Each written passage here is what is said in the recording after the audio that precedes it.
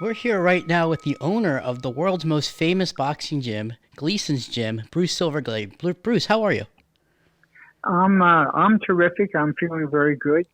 I'm just anxious to get the gym reopened and get some customers back here. What, what, And I'm sure you've trained here on a few occasions. I'm sure you're anxious to get back also. what can you tell us? Is there any updates? Well, there isn't. I'm fighting City Hall in Albany right now, trying to get the gym open for professional fighters. On March 16th at 8 o'clock, I was closed down by the government, and I was categorized as gyms. So all gyms had to close, and it's a wide brush that they use because my gym is in the same category as a yoga studio or New York Sports Club, and I feel that there should be a distinction in there, particularly now that the governor on the 1st of June, um, his mandate said that professional athletes that are associated with leagues, like the basketball players, baseball players, etc., could begin training again in their training facilities, and the boxers are excluded from that because they train at a gym. Um, so I'm trying to get the government to realize that there's a distinction here, and that not all gyms are the same, and that I should probably be classified as a training facility as opposed to a gym. But I have a lot of people that I speak to interested and telling me that it's a great point that the professional boxers are being discriminated against. Um, but I can't get anybody of authority to do anything about it. So everybody I've sent emails to, or people that I've spoken to in person, media as well as other individuals, they say, yeah, absolutely. Boxers are professional athletes and should be allowed to train. One fighter from Gleason'S, his name is Macau Lespierre, is fighting this week on Thursday at the MGM Grand in Las Vegas on an ESPN card, and he's in a really tough fight. And he hasn't been able to train one day. He's been working out and training in a park near where he lives, and it's a dangerous situation. In boxing, it's not like playing tennis. It's not like playing football or basketball. I mean, there's some contact in there, and you can get an elbow. But in boxing, you actually are taking your life in your hands, and injury as well as death is always possible. So if the boxer isn't properly prepared, serious injury is possible. So that's where I am. That's what I'm trying to do, get that moved. And the other thing is, there's not that many people. I would say in the state of New York, we might have 200 to 250 licensed professional fighters. Um, so, if the governor says, okay, these professional fighters, they can train in a training facility and prepare for their upcoming fights, the danger is there's not that many people, so the spread of the virus is really contained. Have you gotten any guidance So, on when regular gyms might be able to open in New York? no, that's another problem. I try every day. I listen to Governor Cuomo and I listen to Mayor de Blasio every day with their briefings. I go online. I research wherever I can. I don't know where I fit in. I don't know whether I'm going to be in phase three or phase four. I've had people tell me both. I've had people say, "Oh, you're in phase four." Others have said, "No, you're in phase three." But there's no direction. There's absolutely no direction. Would it be I like did phase? read it. Wait, I'm sorry. Would it be like phase three would let like a Heather Hardy in the gym, and phase four would let like someone like me in the gym? Is that what you mean by that?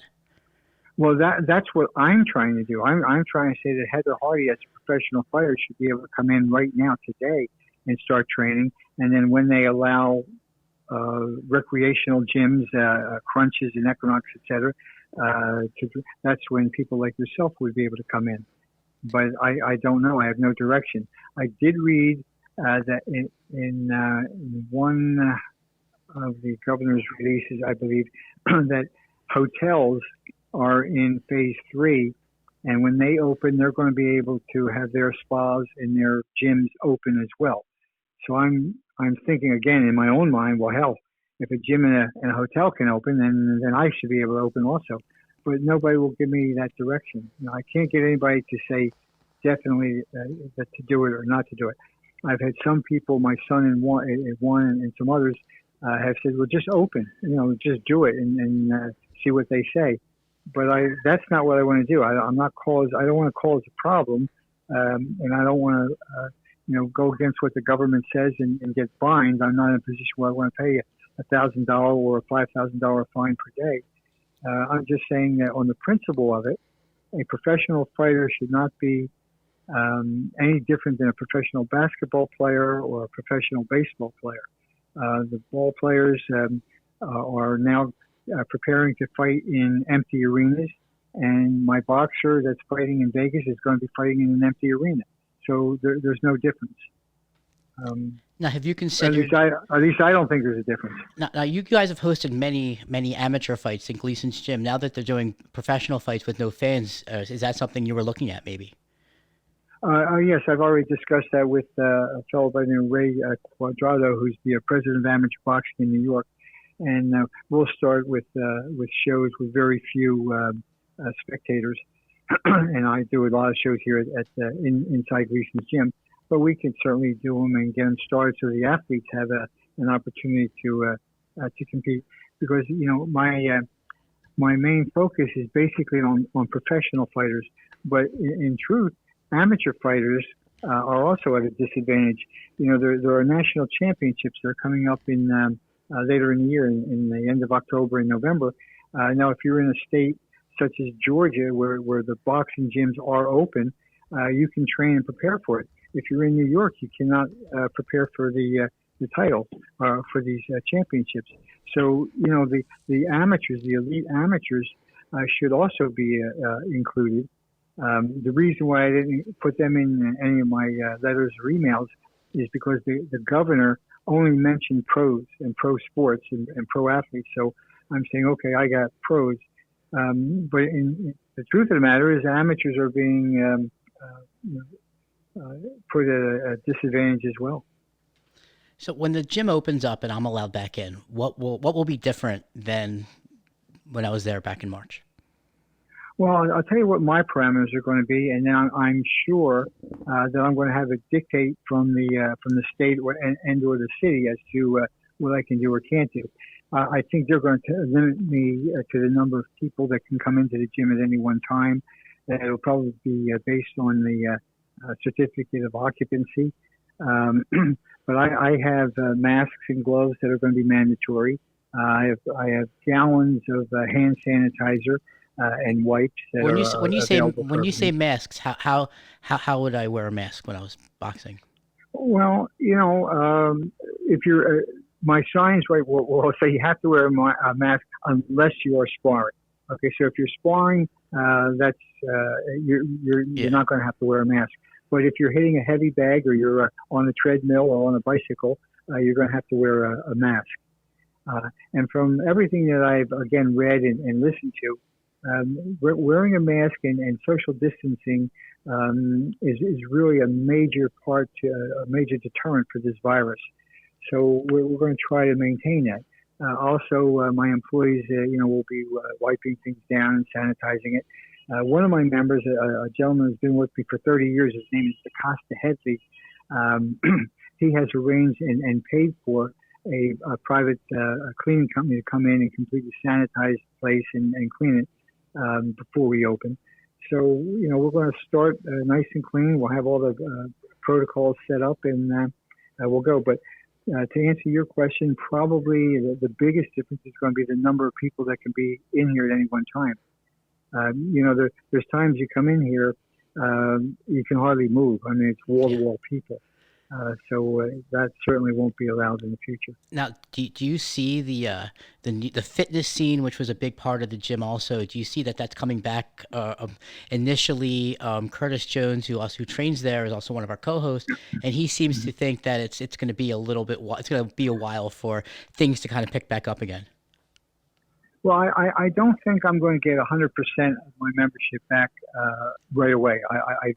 Eventually we will. Uh, but, boxing people are unique. I'm considered a large boxing gym. We had at my peak, I had about 1,200 members. Now, my membership comes from the five boroughs, Long Island, Westchester, part of Jersey.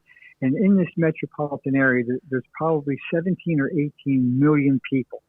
And out of 17 or 18 million people, I have 1,200. And they say, man, you have a big gym. So, boxing is just a niche. Yeah. It's not the general population. And so when what I'm reading, they're saying like 47% of the people say they'll go back to a gym.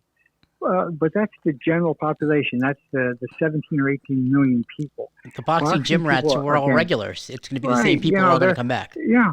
Yeah, so I think, the day I open my door, I'm going to have 50% or more of my membership immediately.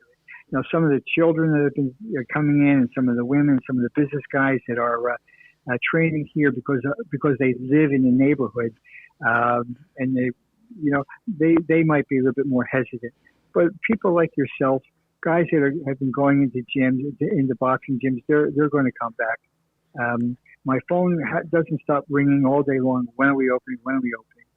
So I'm going to get a good part of my membership back.